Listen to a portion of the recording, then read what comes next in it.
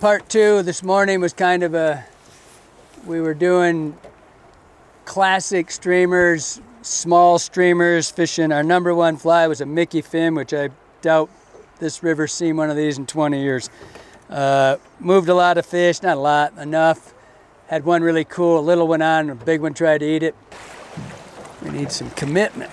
There you go. Yeah. He's going. He's on. Look at that! Oh, did you see that? Yeah. Let him eat it. He's still on it. He's still on it. Has he got it? But it was really kind of like August can be. The streamer bite's just not happening. You either got to be out there at daylight or dark. But Brian, it's our last day together. I said, well, I wanted to keep it kind of traditional. We're going to go down, not really traditional, but we're going to be dry flying. We're going to do something that not a lot of people do, but we're going to fish craneflies and we're going to skate them. We're actually going to twitch them more than we're going to skate them. We're just going to be trying to get a reactionary bite out of fish that are kind of set up. It was 100 degrees all day today, and it's still probably 90, 95. But we're here in the lower light, get the fish a little bit more comfort. There's a lot of smoke, so it's a little bit, darker than it would be. And we're just going to do reactionary stuff where we're going to twitch these flies and get fish to just jump after them. It can be the funnest fishing you'll ever do in your life. But we're also going to do a little bit of skating where we're going to kind of draw them across and just see if we can get them to run out and eat it, because it's really about the most exciting way you can fish a dry fly, because when they eat it, they're chasing it. And hopefully we can get them up. If we can't, if something goes wrong or if Brian starts screwing up, I brought the dog shocker with me, so we're going to start with we're going to kind of do the same thing with the craneflies as I do with streamers. I kind of start with I usually just follow the light, but I've only got 3 colors of craneflies with me, and they're all kind of generic. We're going to start brown, we're going to go lighter yellow, then we'll go back to tan. Eventually I'll end up with a darker fly, probably, if it could see what time we get done. Time is it? 6 o'clock probably. Almost. So we'll head down, just see what happens. We got tons of, you can see above us, we got swallows working the stuffings out of the caddis. So we've got bugs flying. The impetus for fish to start feeding is fish to be on the surface. They didn't feed all day. I mean, we talked to a lot of guys that were nymphing and guides that, it was just a tough bite all day. So the fish will once those bugs start, getting back to the surface, they're going to start oriented to the top, and hopefully they don't get locked in on just like a caddis bite or something like that, and they'll still eat the craneflies when it's just a reactionary thing. So we're going to start with a dark brown, then we're going to go to yellow, tan, probably back and forth. We got 2 rods rigged up. We're going to be fishing Echo trout, and what do you got? Got the Cortland modern trout. Yeah, the modern trout, yeah. Dry line. You'll see that line's orange. It's kind of old school. I think it was Lefty that started that way back when, the whole bright line. People were freaking out that it was scaring their fish. If your line goes over your fish before you fly, you already screwed it up in the first place. So, but you can see it. It's really easy to track. You get this funky light where it's gray light on the water. You can track your line a little bit easier. For new casters, it's real easy for them to see their loops unfolding in both directions. Same for old casters. Yes, yeah, either way. People with a few bad habits. And so we just got 2 rods stuck up or strung up, and I'm just gonna go back and forth with the colors on the rod, so it just keeps us moving a little faster. We're gonna rock it out of here and see what happens. To go, huh? Yeah. When we set these casts up for these, we need it to go. You can't throw upstream so much.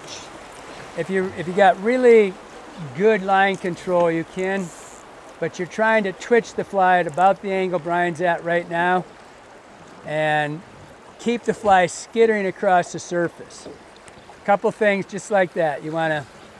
So you don't want to do it's not a dry fly thing as much as it is eliciting the strike, kind of twitching it.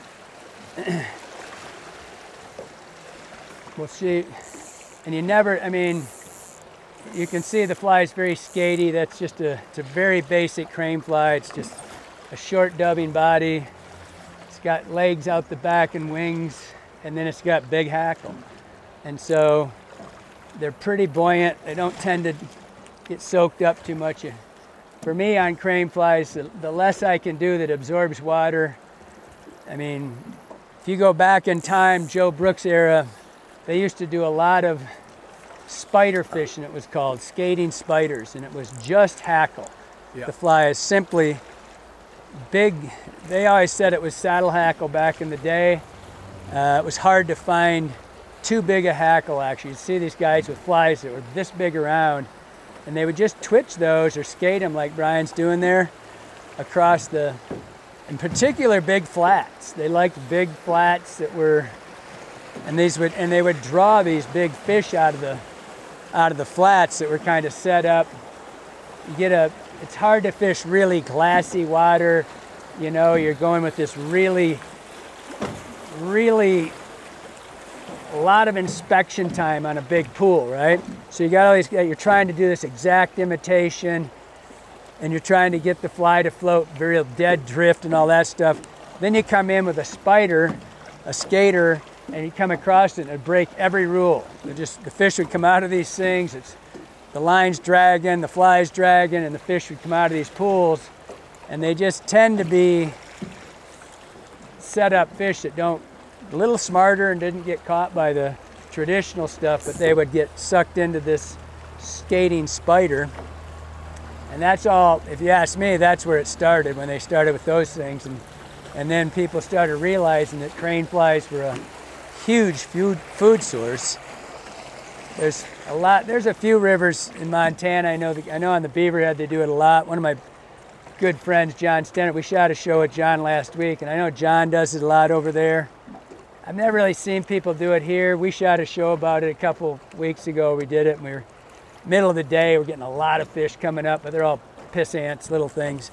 And so, which can happen. I mean, trout are trout. They'll act like a trout no matter what. But all you're trying to do is keep the fly downstream, like Brian's doing right there, keeping it up, just twitching the water. As long as you can keep the fly skating, great. If it goes under, you just go again. Don't let your fly get damp. Don't let it get all sucked up in water.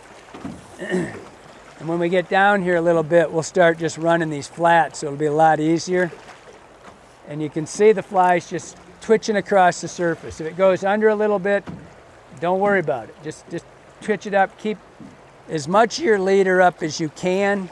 If you're in a flat water, you can leave your line right on the water and just let the fly skate. That's why I'm using the heavy leader. And they'll come find it. If you get a real fish, and another thing, if people will try to use, I don't know why we're so ingrained to use this light leader, but people will do it because it's a dry fly. Hit this left pocket right here, Brian. People will use light leader. It will twist your leader. It'll twist light leaders up, these bigger flies. And I don't have really big cranes on right now. This is just thing's only like a size, dry fly, it'd be like a size 6. It's not tied on a dry fly hook though. It's a lighter. You eat it? Yeah. Okay, one of your biggest habits when you're on Craneflies, they're such a fun to eat, you set a little early. That's when Brian's gonna get zapped. Can't help it, no one can stop it. But ideally, and a lot of times with Craneflies, you'll see them jump right out of the water on it. It's impossible not to set the hook. You just and you gotta let them eat it, right? But that's what the zapper's for. And would guess the later it gets in the afternoon, let that sun get down, cool the water a little bit, they'll get a lot more active. And then every once in a while, usually I can get away with just a brown. If you look at a Cranefly that's dappling around on the water, just skating around, they're usually darker, but the yellow ones can work really well too. I'm gonna run this brown one for a little while here just to see. You notice most of the line's off the water, and so you're just kind of twitching the fly. Most of it's off the water. You get on flatter water, you can leave your line on it, and you can just like he's lifting his rod and twitching it like that. Just don't throw, you try not to have upstream cast because your line will bow. and it'll just suck even if that 10-pound or 12-pound tip or whatever it is on there. I forgot which one Roddy has, but either way, it's going to go. If you go too much upstream, your flies are going to get drawn underwater, and they will accelerate way too fast. The idea is this fly is just, if you've ever watched a crane fly, they just kind of flutter back and forth. They do a lot of, across the current back and forth. And so you just try to mimic that. You can't go back and forth, obviously. You can't push the fly, but you can keep it from trying to go too much, on a swing. And that's why you're keeping your line off the water and just twitchy, twitchy. The first time you get a great crane fly bite, you do not want to do anything the rest of your life. It is just so visual. It's so reminiscent of streamer fishing, other than the aggressive, moving the fly more aggressively with a streamer. But it's hunting. You're drawing them out. It's just it can ruin you. Do I want this? I don't want this to be continuous. Do I? Now you can start and stop. Okay. On the flats, I don't mind it continuous, but I still like to break the cadence. So if it's going, I'll twitch it a little, slow it down. But we're not going to get too many flats to hunt like that. So, and of course, you're looking for the fish, so we have to go. We have to get a crossed one to have it show up. But this river has so many fish per mile, which is really hard on your ego when you get your ass kicked, knowing that it's 4,000 fish per mile or whatever it is. I'm living with it. Yeah, it's August. It's August. It happens. Just a real basic crane. Ryan, let me see your fly quick. Yep. Shit, I wanted to dry shake that thing.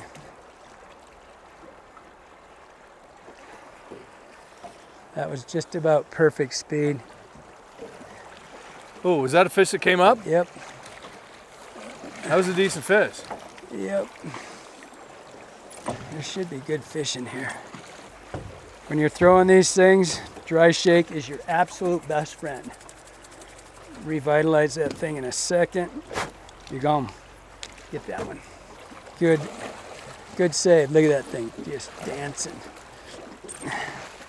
I go through, I burn through that stuff. It's incredible. Wish I'd had that when I was dry fly steelhead fishing. Oh, come on.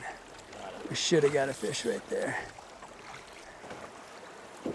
Notice how when you go back, ooh, he ate it on the drop. You see that? That thing ate it just as it plopped down. If you go back upstream too much, you sink your fly. It gets that little bow in the leader. A little bit more downstream. You can dap those just basically with your rod tip too in this structures. Just keep them up there.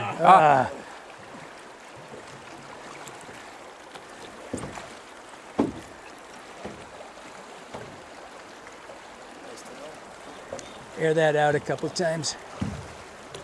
Okay. There. Oh, yeah. That's a stinker. Look at that eagle. Ooh, thought he's going to eat you. Thing came down for your head. Braden just asked me if this is best from a boat. I mean, you get more water, but it's a great on-foot thing. But you just got to realize how you got to, you get less water because you can't walk from one bank to the other. But it's a spectacular way to foot fish. I mean, that's how people didn't fish from boats 30 years ago. I mean, it was pretty rare. And so, oh, they're eating the crap out of this thing. They just won't commit.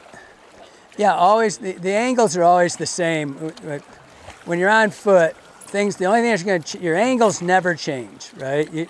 It's impossible to, if you get it set wrong and you're dragging the fly, it's going to go under and it's going to accelerate. But you can, on foot, you can run them upstream a little easier. That has to be our 20th eat. I mean, they're just, eventually they're going to get on this eat. 1, 22. Zap! No! But yeah, when I was in Michigan, we used to 22. We used to do this. Man, 23. it's about the only time I can pull fish out of this is in the evenings, and generally it's with non-conventional stuff. There's a big caddis dump or something like that, but this is good. 24. This is one of the best looking holding waters in this river, but they get pretty techy on here, but they don't so much with the skater. They don't see this stuff. When a real one comes up, they don't. Those little guys, which we're getting a lot of, they miss a lot or refuse. When the real guy eats it, they don't tend to miss it quite so much. And I've also had I've had cranefly eats where they come at it 3-4 times, coming at you and just chomping at the thing. What I was saying earlier, I didn't finish what I was saying, is in Michigan we used to you would night fish, you're fishing hexes, and a lot of people would mouse, and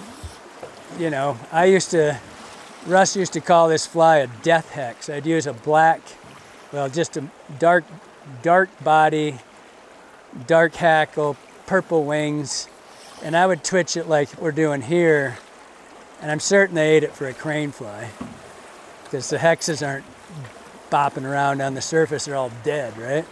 And it was ridiculous. After all the bugs and everything's gone, you go in and twitch it. Russ has a scorpion fly, does it both day and night, but he did a lot of stuff with flies that I really think was all pretty much completely cranefly fishing. Used to do it in the morning too. And we would twitch these flies like this in early morning. If they weren't up, going looking for spinner falls and they weren't there. So you just skate these things around. I did it after I went to BC the first time and saw how they were skating dry flies, and getting these fish to come up to dry flies, and started scaling down some of the flies that we used there and just making them smaller. One of my favorite steelhead dry flies called a marble. It was one I made for the Dean, but I tied it up and it worked really well. And I came home and I made it half size, and that was pretty. I didn't kill it on it, but it was kind of the first time where I realized that they would come and chase this stuff like that. And we actually did. A marble is a completely round. It's got a deer hair tail and a deer hair front wing, but the body's a round, and you hitch it in the middle so it kind of bounces on the surface. And I did it in bumblebee, black and yellow. Man, I fished the Boardman and they would just clobber that thing. Didn't get really big. It was just learning, that they'll come up and chase it. And we kind of discounted. People still do to this day. Craneflies are, they're the biggest of the midge family, and their larvae can be as big as your finger. I used to fish a river back home in Michigan that just was loaded with them, and it's all you had to fish was a cranefly larva. No, we can't. You cannot fish the Mad River without cranefly larvae. No, that's a must. And you want to catch a big fish on anything but a streamer, it's going to be on a cranefly. The damn thing's as big as your finger. Yeah. Why wouldn't they eat it? So this is a commercial tie. I can't remember the name of it, but it's just as basic a fly as you can get. You got legs back. You've got whatever you want to use, knotted pheasant tail. I don't even knot mine. I just put them back there. The wings, the hackle keeps it up dancing, and a relatively short body, because the body's the only thing that can absorb water. The dubbing does not float, right? It just doesn't absorb much water, but the water does absorb through the fibers. And as soon as that happens, you're saturated, and you've just got to, that's when, I don't do very many commercials, but high and dry, I switched to this stuff 8 years ago, I think, but I'm gonna saturate this in the high and dry, which is gonna coat it, but you really wanna live with this stuff. This is dry shake, it's a desiccant plus a floatant. And so when this fly gets saturated, you just put it in, shake it up, give it 10, 12 shakes, pop it once or twice, and this fly will be right on the top. But you're skating it across and you're sucking it under the water a lot. It's not gonna be impervious. And I don't care if you run foam either. Foam will also absorb it. So just prepare to, it can be frustrating for people who are new at it because when you first start, you drown your fly a lot. I mean, it's just what happens. And then when you get better at it, you'll drown it less, but you'll realize it's gonna happen no matter what. And so even foam flies will do it, but not as much obviously, but whatever you can build into your own fly, because all you want to do is just keep bouncing on that surface and they'll eat it like crazy. But get used to the dry shake. And the beauty of this, I'm not doing a commercial for these guys, but this high and dry is all green, right? It's non-toxic and all that stuff. And I truly think it's as good as anything ever made. Yeah. And in their dry shake, Shamazaki or this stuff, either one, like them both. But this, you've got two things with this. I said I'm not doing a commercial, I'm doing a full-on commercial now. Same thing, you got the liquid and you got the gel. The gel's just got some sort of, makes it a little bit more gelatinous so it's thick. And this heat, they're identical. It's liquid. Yeah, right. At 90 degrees, they're the same. This one's a dip. You dip your fly in. This one, put it on your fingers and rub it into the fly, get it all saturated. It's the same thing. It's just whether you want to do it that way. Dry shake though, that rejuvenates your fly. I mean, you'll watch Brian, we'll get down here, that thing will get saturated in a minute. We'll put it in this stuff, it'll be looking like it's on top of the water. Yeah. And that's what you're looking for. Mostly because then it doesn't sink. So I'm gonna run this inside left through these flats. They're really short little 6, 8, 10 feet things. And we will zoom over afterwards. There's gonna be about 6 of them. Oh no! Is that a wet hand? Is that a, no it's not. I thought that thing was a brook trout. It's a cutthroat. Cut bow. Woo, in she goes. Get a real one. Well, we changed to a different color. And on the first cast, it was a pissant, but one ate it. Come on, come on. Yeah. They're gonna eat this thing. Yeah. It's just a matter of time.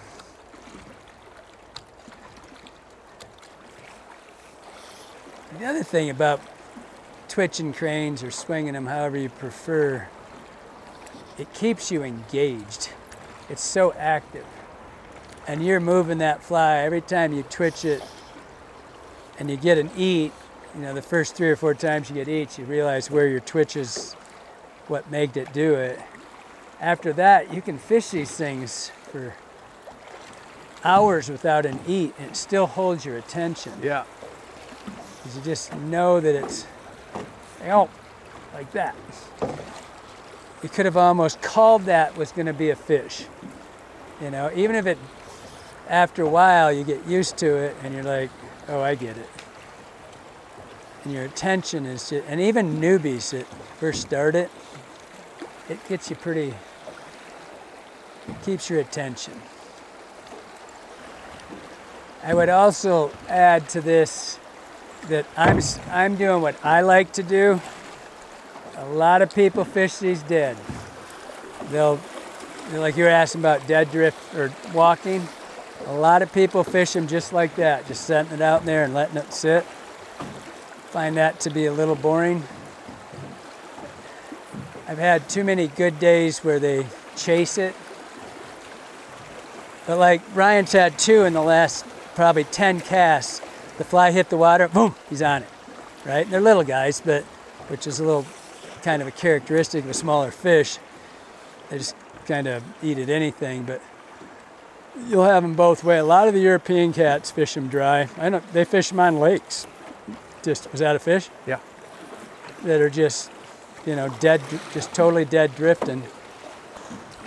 It keeps your attention. I mean, we have rows. It has to be 30, 40 fish in 30 minutes. And there's a lot of little fish, I give you that, but it keeps your attention. It's kind of like when you get a pickle fest on a streamer bite. You know it's coming. You know eventually it's a real one.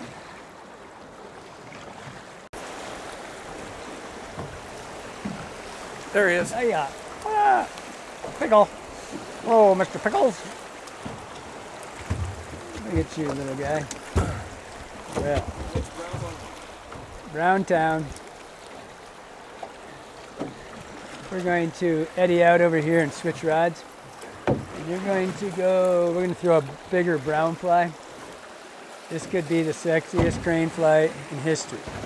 12-pound Maxima, hitched. It looks good. It looks really good. All it's got to do is catch a fish. Oh my God, from here that looks like a real crane fly. It does. I mean, it is ridiculous how good that looks. Made for TV eats right here. Coming off that little riffle right there, if it doesn't get eaten. No. What's wrong with these things? It just blows my mind that thing's not getting blown up. That it looks so good. I agree. That's probably the best looking profile. It's so even on the water. I mean, holy shit, man. It just shouldn't. And talking about perfect for what we're doing here. I mean, this fly was made for this. I just think we're getting sucked into this thing. Yep, and it's not. I mean, the fucking thing is running around and doing exactly what it's supposed to do. Oh, shit. I don't know. I've never skated one that I've tied a lot of crane flies I thought were sexy, but that thing, that's as good as I've seen one look. I would agree with that. But 2 nibbles when you were getting one every 30 seconds to a minute on the other ones. Yep. Real easy to reel it in and put that other one back on that you had. See if we start getting eats. It's a little weird that the bite can go off that fast. I'm gonna try to bump a rock here, boys. Hang on. Hang on, Brian. I might bump right past you right here. You're good. Get that. Good. Now we need that bank. This is money flat. Damn it. Here we go. Yeah. The effort paid off. We don't have a net.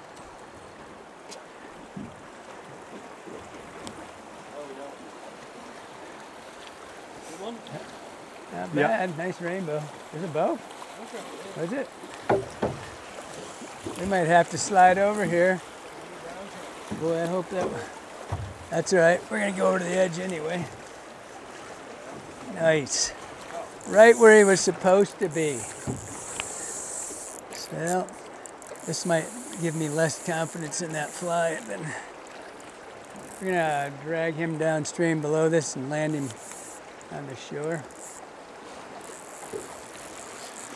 So we can eddy out. Witness relocation plan. He's definitely going for another zip code. All right, I'm gonna bail out here and maybe we can land him in this shallow, skinny stuff. Careful, I might thump right here.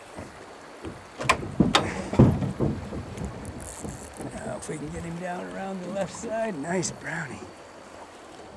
A little rainbow-eshness in him for a minute.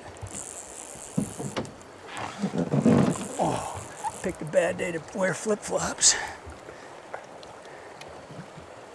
It's a nice one. Come here, little fella. Tarpon, touch the leader. Count it. Come here, baby. Look at that. Right in the end of the snoot. Under the tongue. Don't do that. Nice. See ya. Cranefly. 30 minutes with the best looking fly ever. 5 minutes with that one. Told you, you can ride a fly. You get too much confidence. You ride that thing. I'd have fished that sucker all the way to the landing. Yeah, me too. I mean, that is such a good, and it may just be it's too big, you know? Maybe they're not on those smaller, or they're not on the bigger cranes yet. Sorry, reliving a bad guide moment. You think about that, first day out, I forgot my oars. Oh, Had nice. to send Mel home Yeah. to get him. And then today's a no net day. But we just fished, we were fishing this crane fly. I still have incredible faith in this fly. But I tied this fly and it's the most, on that water, I've never seen anything look better than that fly. No. It's not my fly, by the way. I don't know whose it is. No, I've never seen a crane fly with that kind of profile on the water. And it's tracking perfect. We hitched it, we took it off. We have like two haphazard, tiny little kind of eats at it. And I kept saying that it looks too good. And as a guide or a designer, you can start riding a fly way too long, right? And I kept saying, I don't know. We switched that fly back, put the one Brian had on before, and we fished maybe, I don't think we fished 5 minutes. And we made that move into that slick and boom, eats it right in front of us. And so I'm not giving up on that other fly, but it just really tells you, Brian and I just kept saying over and over and over, the thing looks exactly like a crane fly, exactly like a crane fly. And it's skating and it's twitching, it's flipping over and its wings refracting light, and it's like, holy, you can't make something look more like a crane fly. And I couldn't sink it. No, Yeah. and it's like, so we switch up, boom, immediately. Now that fly's got a really big profile, which I have a lot of confidence in giant profile crane flies. I mean, I just really love them. But we switched off. I mean, let the fish tell you what you're supposed to do, because Brian and I were both totally convinced. We both just said I would have fished that all the way to the landing. I would have had no problem. My confidence would have never failed if I'd caught fish on it before, in particular. But so we switch up, and there you go. It's a great lesson. Don't get stuck on it. I mean, I can't believe that we didn't get one, but it's a perfect example. Just don't ride out what you think's working. Just, you can't make the fish do what you want them to do. And we switched up, smaller profile, smaller, and there's tons of crane flies that big out here. So, and there it was, first 3, 4, 5 minutes, boom, you got a fish. Well, and my bright orange fly line did not spook him. Yeah. You know, Braden made a great point earlier, as did Lefty and Flip and you and I and everybody in the world. In the old days when orange fly lines came out, Braden said, you have to fish those because he gets to track the fly easier to see it. Yeah.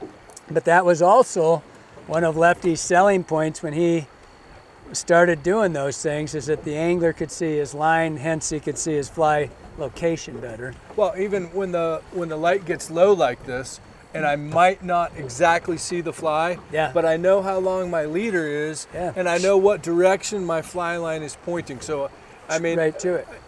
I just can't say enough about it. And you still have people say, well, it's just for people with bad eyesight, and it's just for old guys.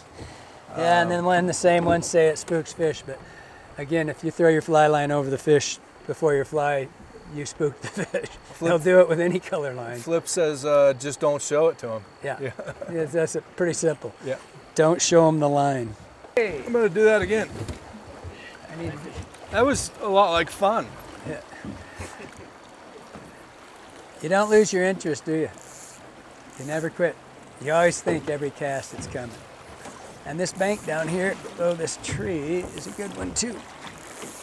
Or be in front of this tree. I just saw one eat. No, I didn't. I just saw him eat again. It's not a fish. Come down here in October. Oh, that's a world record smallness. Wet hand. Wet hand. It's a brown trout, mister. Wow. That was a lot of casting. It's a lot of casting. Never lose your interest with those things. You know, I like your analogy. It's a lot like streamer fishing. Mm-hmm. I mean, it's aggressive. You're in, you're twitch, twitch, twitch, twitch, twitch, you're back in. Yeah. It's not just docile dry fly fishing. And you know, one thing that came to my mind as we were drifting, you were talking about, you made the comment about just drifting a fly can be kind of, it's not as aggressive and maybe exciting and engaging as what we just did. Very. And it reminded me of that book, Fishing the Dry Flies, A Living Insect by Leonard M. Wright Jr. One of my favorites. And mine too. Life changer. Yeah.